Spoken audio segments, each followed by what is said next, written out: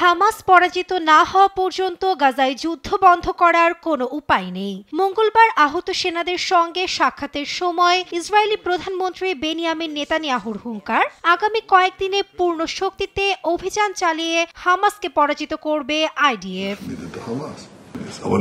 আমরা পূর্ণ শক্তিতে অভিযান শুরু করব।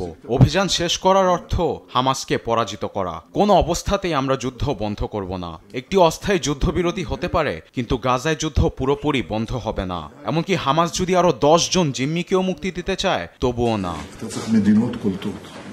এদিকে সৌদি সফরে উপস্থিত নেতাদের গাজায় শীঘ্রই যুদ্ধ বন্ধের লক্ষ্যে কাজ করার প্রতিশ্রুতি দিয়েছেন মার্কিন প্রেসিডেন্ট ডোনাল্ড ট্রাম্প। সোমবার হামাস গাজায় আটক শেষ জীবিত মার্কিন ইসরায়েলি জিম্মিকে মুক্তি দিলে যুদ্ধবিরতি আলোচনা নিয়ে আশার আলো দেখা যায়। তবে সৌদি সফরে ইসরায়েলকে এড়িয়ে যাওয়া ও সহসায় নেতানিয়াহুর এমন বিবৃতিকে দুই নেতার ভেতর সম্পর্ক ফাটলের ইঙ্গিত হিসেবে দেখছে বৈশ্বিক গণমাধ্যম।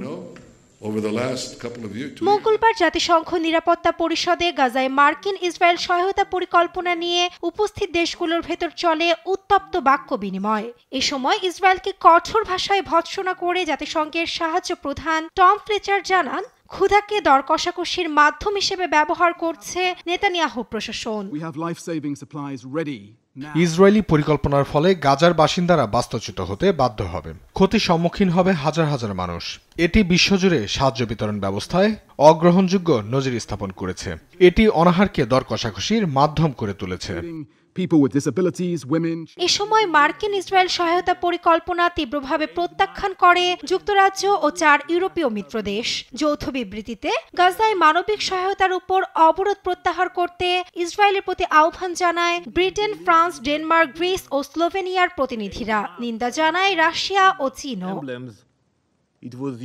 হামাসের হাতে যেন ত্রাণ না পৌঁছায় সে লক্ষ্যে এ পরিকল্পনা বলে মন্তব্য জাতিসংঘে নিযুক্ত ওয়াশিংটনের রাষ্ট্রদূত ডরোথি শিয়ার।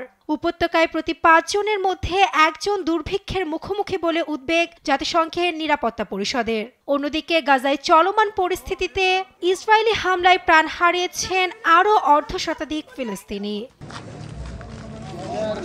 নাসরিন আক্তার, নিউজ ডেস্ক, দেশ টিভি।